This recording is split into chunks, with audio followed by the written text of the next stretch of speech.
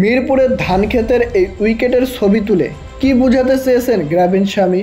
West ইন্ডিজের বিপক্ষে এই কোচ ম্যাচের আগের পিচ এবং ম্যাচের সময়ের পিচ যেন ধানক্ষেতে পরিণত না হয় সেটার প্রমাণ রেখে দিয়েছে ছবি তুলে। অস্বাভাবিক ব্যবহার করলে এই ছবি চলে যাবে আইসিসির নালিশে। তবে এই উইকেটকে যদি আপনি ধানক্ষেত ভাবেন তাহলে আপনি ভুল গ্রহে আছেন।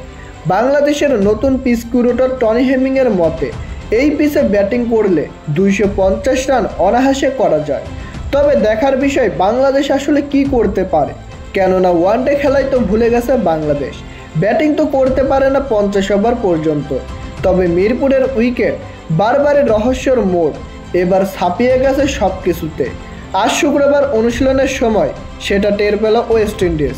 অধিনায়ক সাহেব এখন পর্যন্ত উইকেট না দেখলেও ওয়েস্ট ইন্ডিজের সাবেক ক্রিকেটার এবং কোচ গ্রাভিন স্বামী উইকেট দেখে রীতিমতন অবাক হয়ে গেছে। মিরপুরের উইকেট নিয়ে আলোচনা করতে দেখা গেছে তাকে। এর আগে বেশ কয়েকবার সমালোচিত হয়েছেন মিরপুরের উইকেট।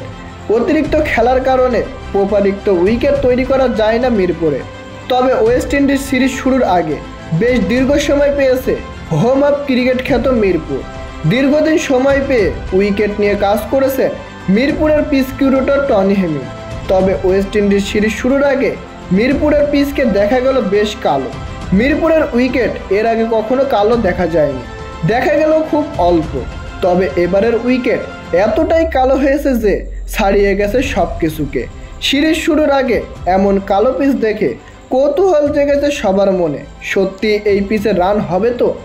প্রিয় দর্শক, আপনারা কি মনে করেন এই পিচ সম্পর্কে তা জানিয়ে দেন আমাদের কমেন্ট বক্সে।